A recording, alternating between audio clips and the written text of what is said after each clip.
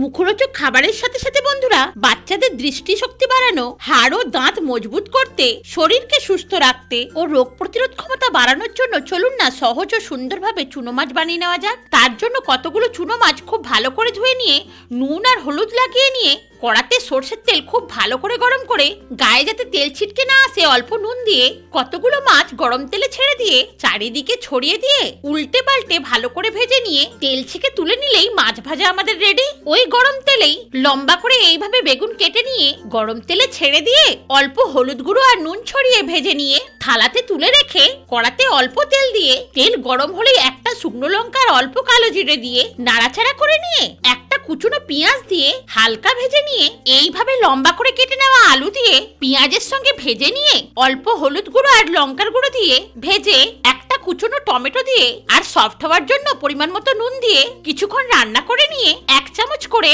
জিরে, মৌরি আর সর্ষে বাটা দিয়ে মিক্সির জার ধুয়ে অল্প জল দিয়ে ভালো করে কষিয়ে নিয়ে আন্দাজ মতো গরম জল দিয়ে মিশিয়ে নিয়ে অল্প চিনি আর কাঁচা লঙ্কা দিয়ে ভেজে নেওয়া বেগুন আর চুনো মাছ দিয়ে নাড়াচাড়া করে 2 মিনিট রান্না করে নিয়ে কুচনো ধনেপাতা ছড়িয়ে মিশিয়ে নিলেই অসাধারণ স্বাদের চুনো মাছের রেসিপি পুরোপুরি তৈরি।